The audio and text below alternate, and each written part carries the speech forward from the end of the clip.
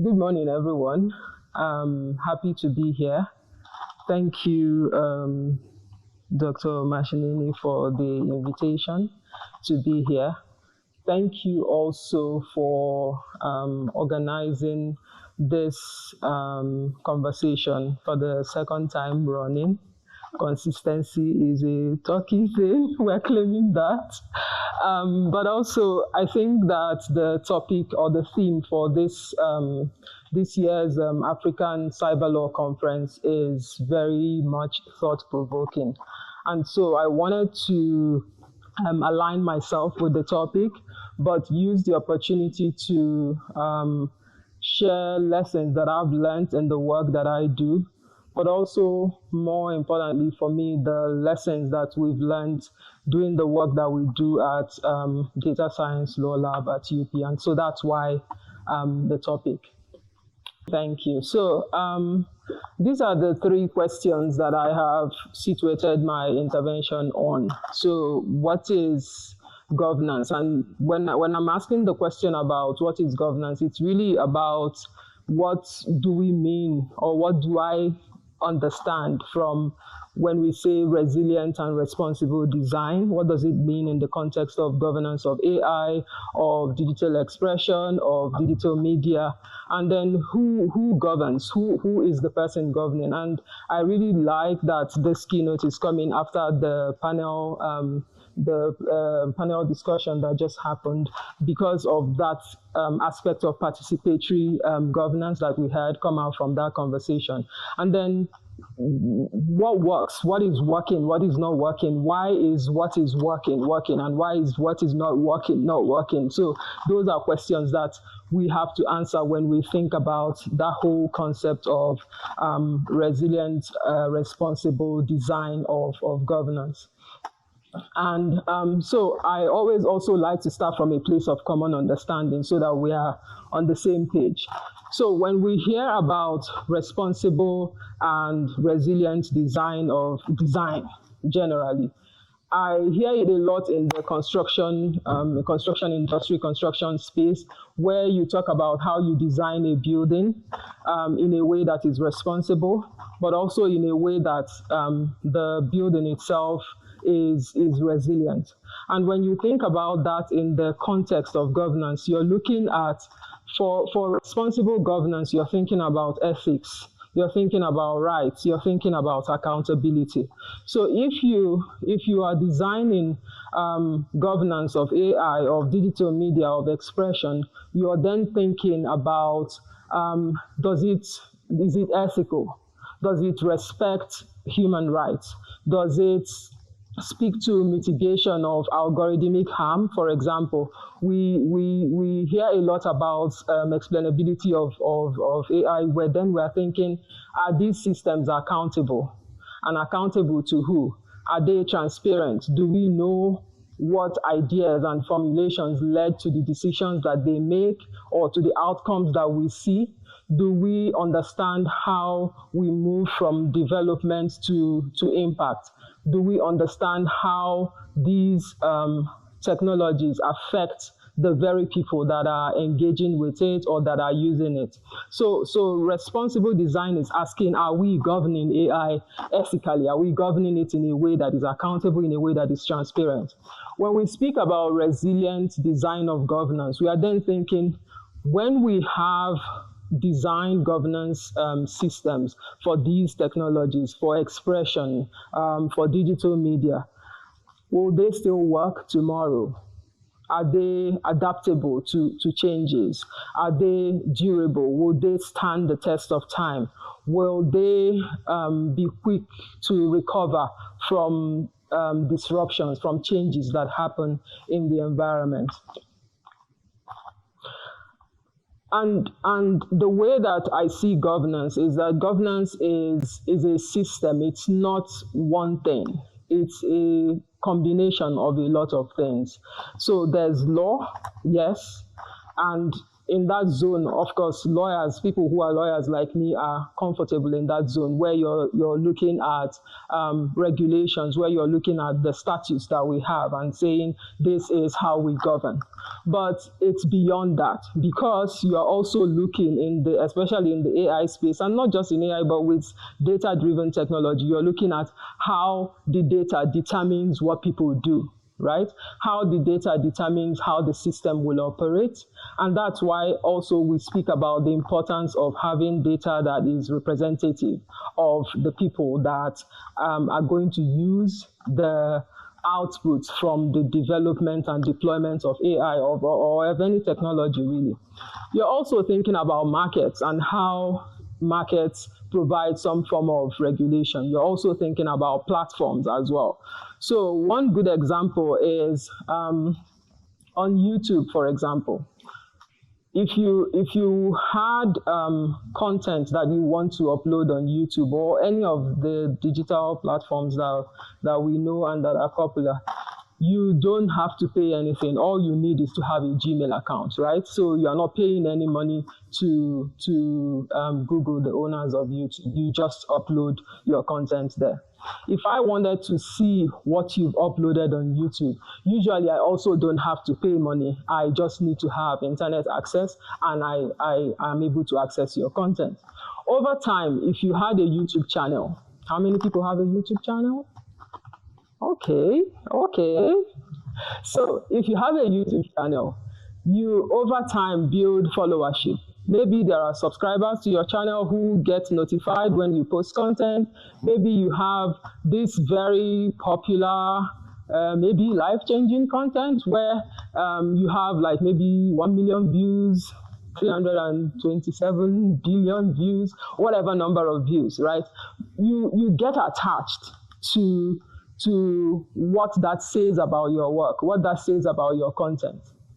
And there are people who have complained that for reasons not known to them, but reasons best known to YouTube, they wake up one day and maybe they disable access to your channel. And they say, oh, you've contravened this community rules, or we've picked up that you did something wrong, and they would withdraw your access. In that moment, are you going to go to court to enforce your rights to own a YouTube channel? It's their property. You are merely given the opportunity to have access to the platform. So all this is to say that governance happens in different ways. And you then start thinking about who is governing, because the person or the entity who is governing, if they don't have legitimate authority, there's going to be problems, right? If they had legitimate authority, but there are no systems to question their authority or the exercise of their authority, we also have a problem, right? So you are thinking about responsible and resilient design of governance in that space, and then thinking about who are the people in positions of authority and what are they doing with that power that they have, and how is that affecting our rights as citizens of a given country or citizens of the world. And you then take that to the point where you then start saying, when platforms make rules, or when platforms provide their own brand or their own form of governance, and it affects people adversely, what laws or what governance systems are we going to use to assess what they have done? Are we going to base it on the Constitution? Are we going to base it on a specific statute of what country? Constitution of what country? Those are questions, right? And then more and more and more, we also see us in this space as people who are researchers, and we come up with our scholarly publications where we make recommendations, where we say this is how we understand the law, this is how we think the law should go. We do empirical research where we connect with members of society and see how the law works in actual practice. So basically, governance is a system, and you're looking at that system and then thinking, who are the players here? But also governance has many forms. I've talked about the fact that you could have governance happening at the level of, democratically elected authority, where you have, your executive, your legislative arm, and the judiciary as well. And then I've talked about the fact that you have industry, where you have platforms that set their terms of use, their terms of service, their community guidelines, and those things are even enforced quicker than you have laws. So the time that it will take for, I don't want to keep using YouTube as an example, but they are my scapegoat today. I'll keep using them because I saw the guy from Google. So, that could apply to any platform that you can think about, whether it's Instagram, whether it's TikTok, whether it's X, whichever one.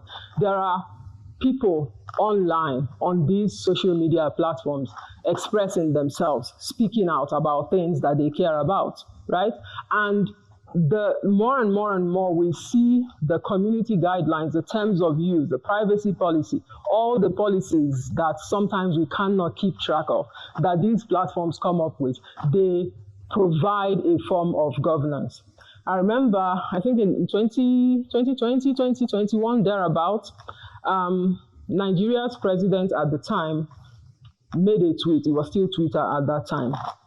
And he said something that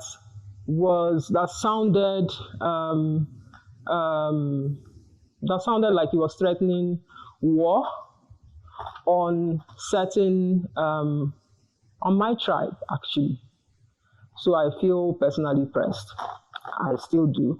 But anyway, he was making reference to some tweets that other people have made where they were saying things about this country needs a revolution, blah, blah, blah, blah, blah.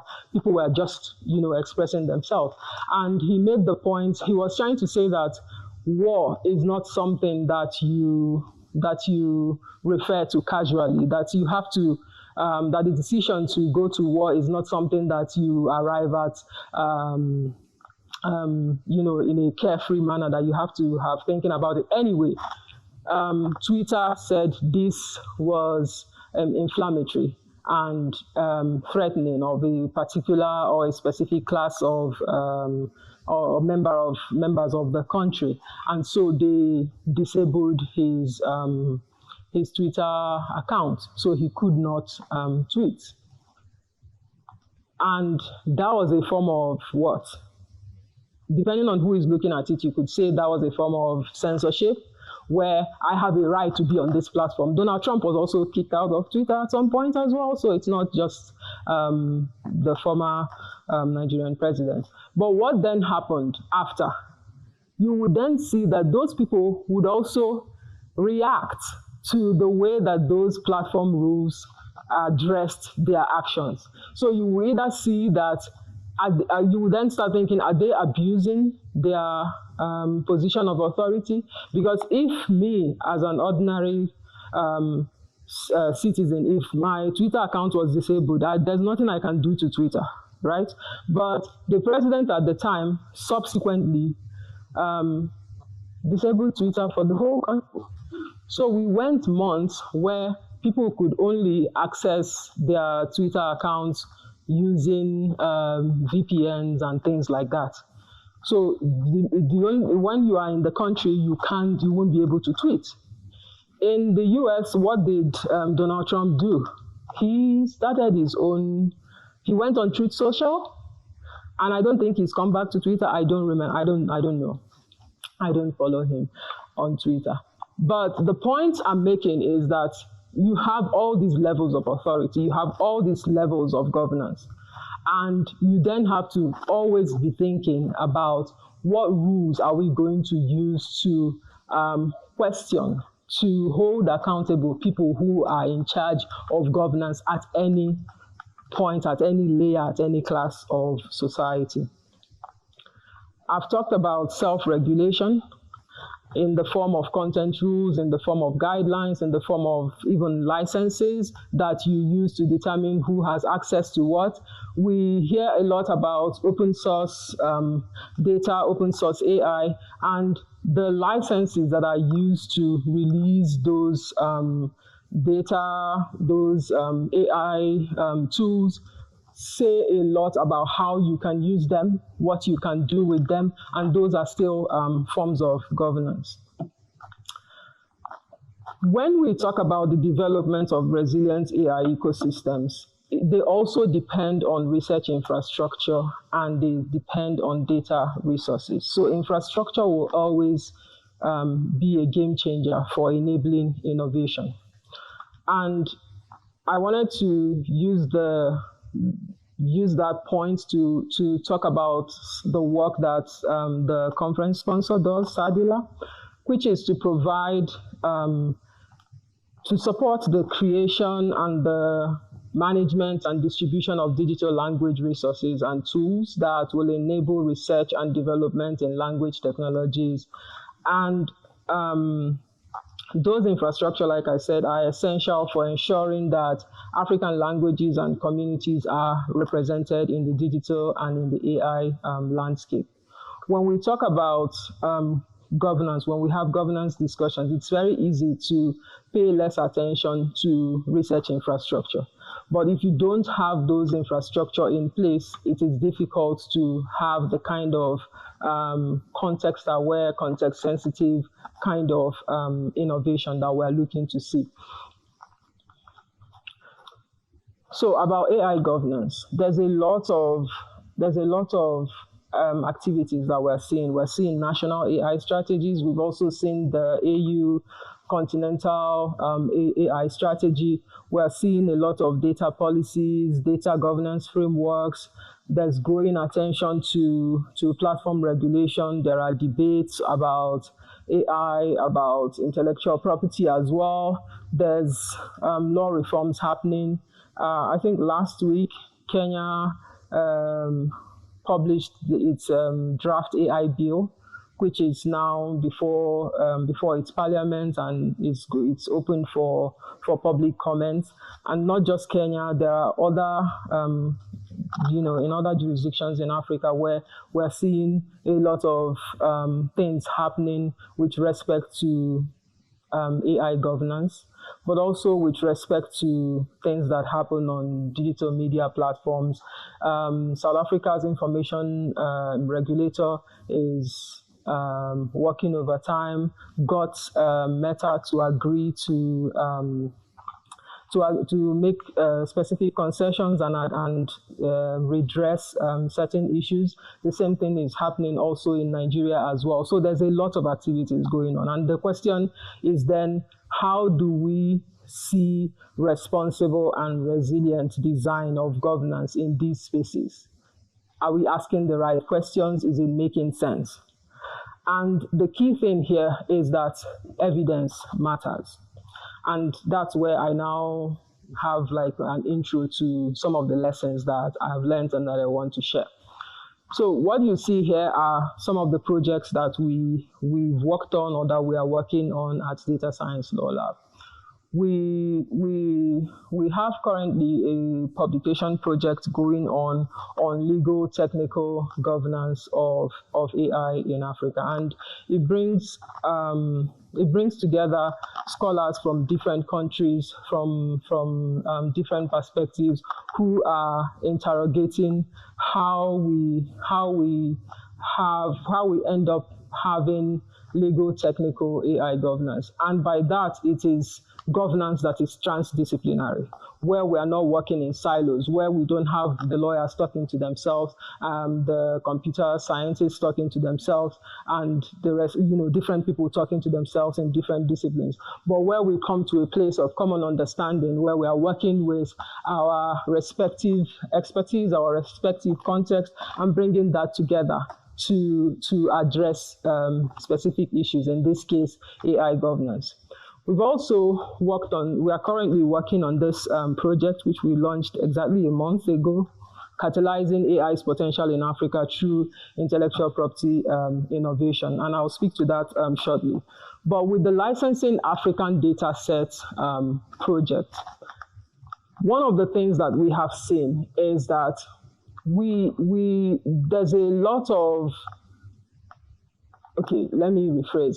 One of the things that we've seen is that you find that if you set governance systems or make rules or set out policies from a place of assumptions or from a place of just pure reaction, it rarely works out well.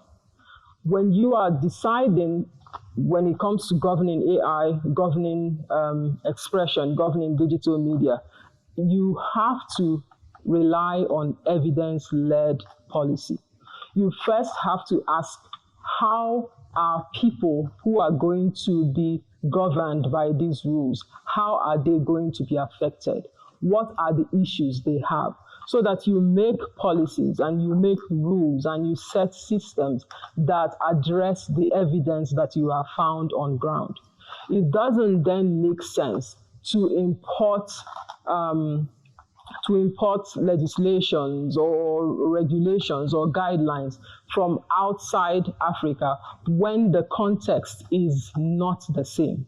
Because what you would then find is that there's a mismatch, there's a misalignment between the rules that you have put in place and the people that those rules are supposed to govern. So the key is that evidence the point is that evidence is very key.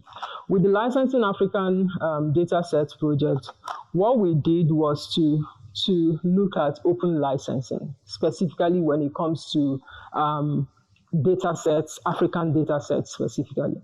What you will find is that the way that open licenses work, like Creative Commons licenses, for example, and other open licenses that have been used in the software space especially, is that you just have the one licensor, then there's everyone else who is the licensee. So you say this software or this data set or this AI model, you are allowed to use it for this purpose, for that purpose, and then there are certain conditions attached to the license. So you say something like, use this license for any purpose, just make sure you acknowledge me as the source, for example. And what it then created was a system where someone in Africa, for example, has access to the same model, but they don't have access to compute to then take the data set from the data that they have to the AI tool that they are supposed to be building. But someone, say in the US, has access to compute infrastructure. So they get that openly licensed data set and they run with it. But you're still stuck here trying to figure out, how can I get access to the kind of computational power or computational infrastructure that I need to then build a model using this data set. So there's that misalignment. So we then said, knowing about this evidence, it's then not truthful for us to then sit where we are and say open licenses democratize innovation. It makes everything possible. It means that someone in Africa and someone wherever can use this data set and do what? You have the data set, but do you have the resources to take it from A to B? So it's like coming to a poor community and you give them, say, each of them 5 kg of rice, but they don't have anything to cook with. So they have the rice. Are they going to eat it raw? No.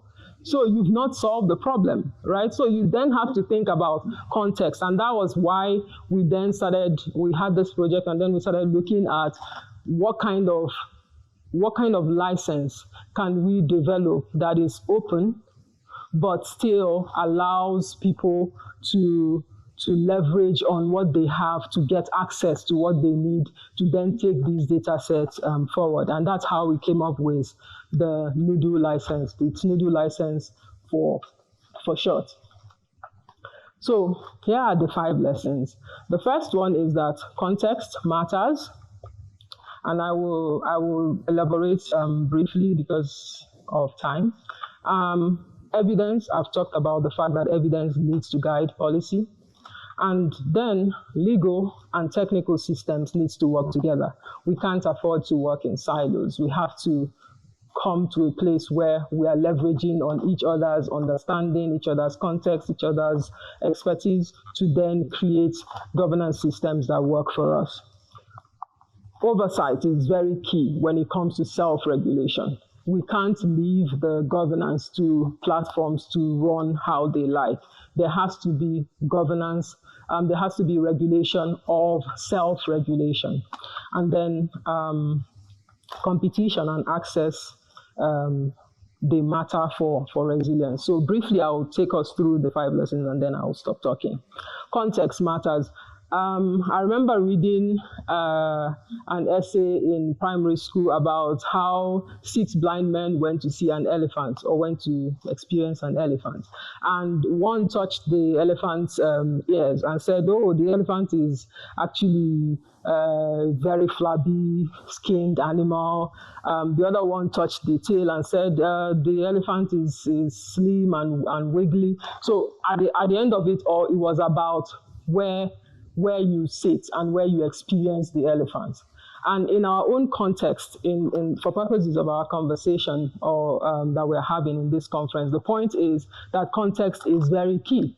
Where you sit and the problems that you see from where you sit determines how you see the world, determines how you experience governance systems. So if you're creating, if you're designing governance systems and you're not thinking about the context of the people that are going to be impacted by those governance systems, that's highly irresponsible, right? And not to talk of resilience, because those systems that you've created will not stand the test of time because they are not addressing people where their context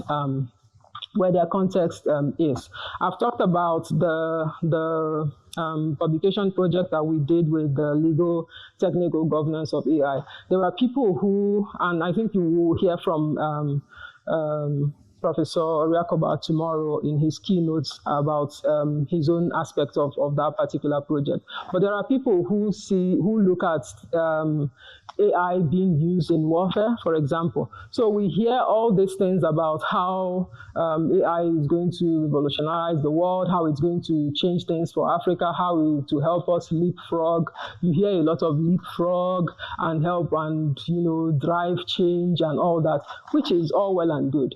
But there's also the part about knowing that AI is a dual-use technology. It can be used for good, it can be used for evil as well. And it then matters who is using it and who is deploying it and who is designing it and for what.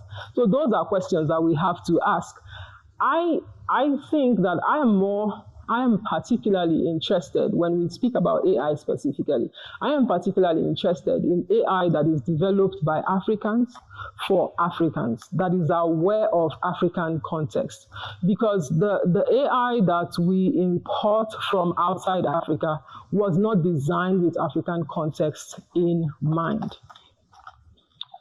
Evidence-led governance. So this is this report we just released yesterday, we just published yesterday, and it's about looking at the state of intellectual property governance of AI in Africa.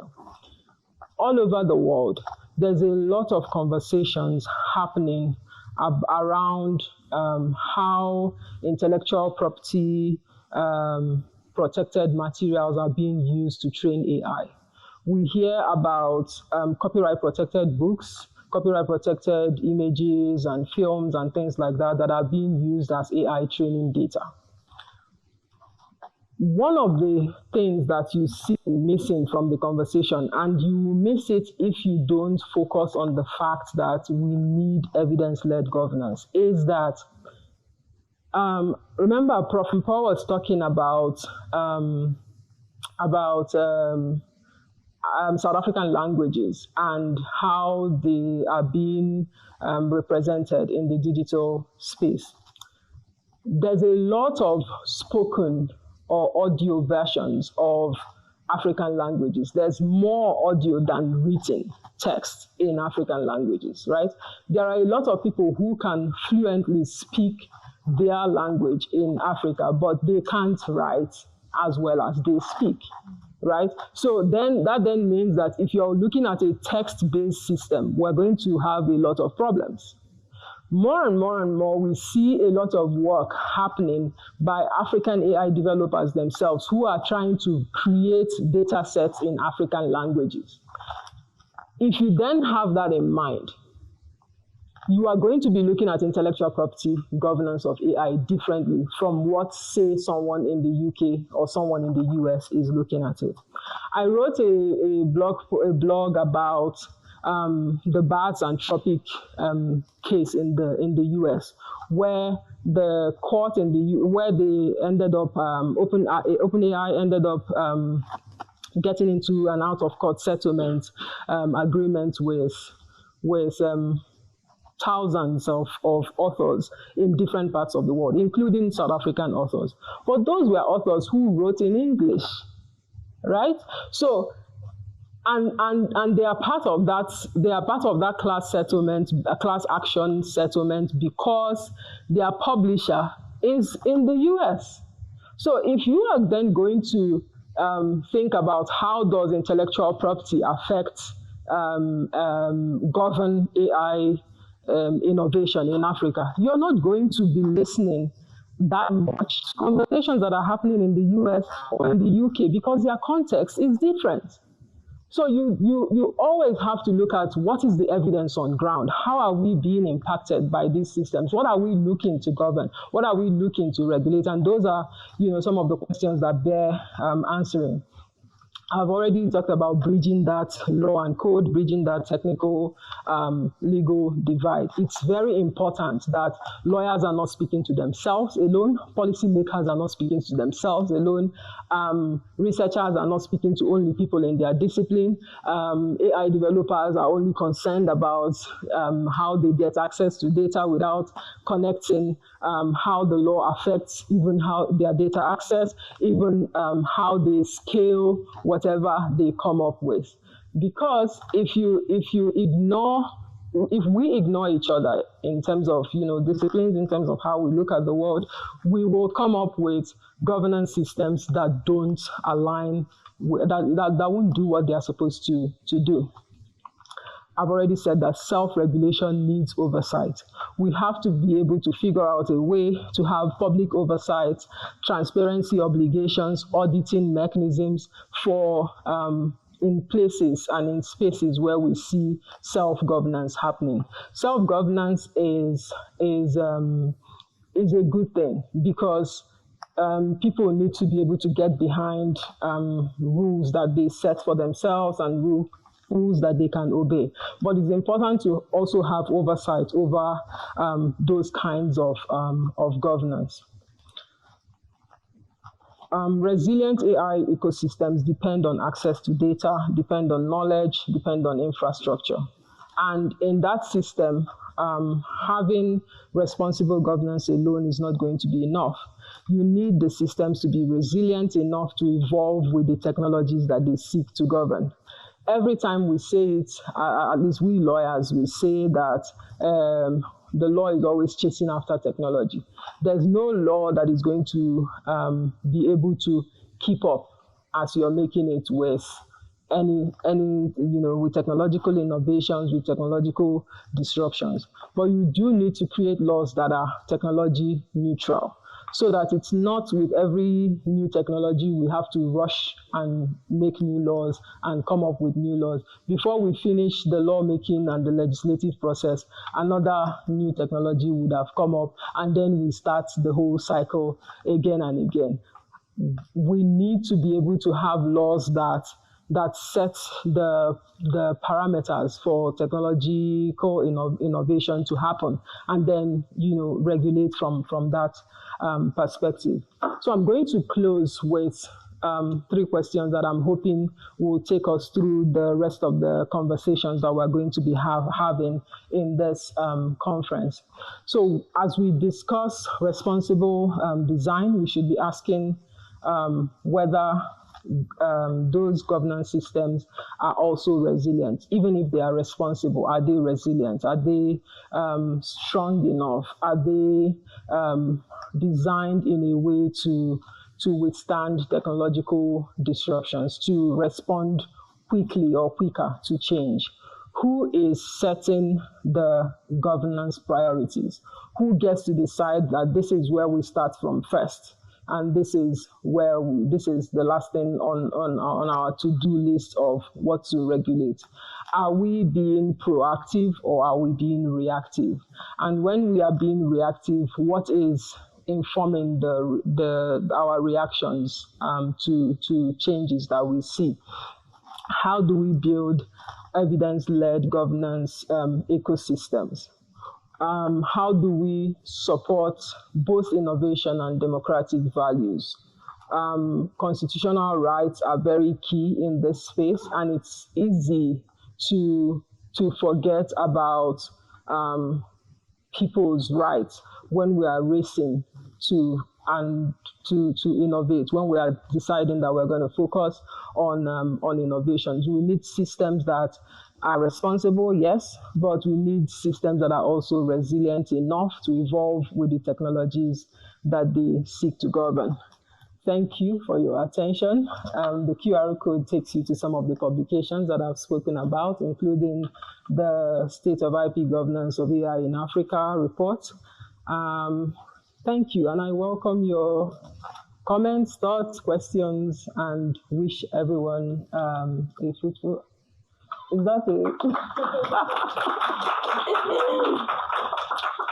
Thank you so much.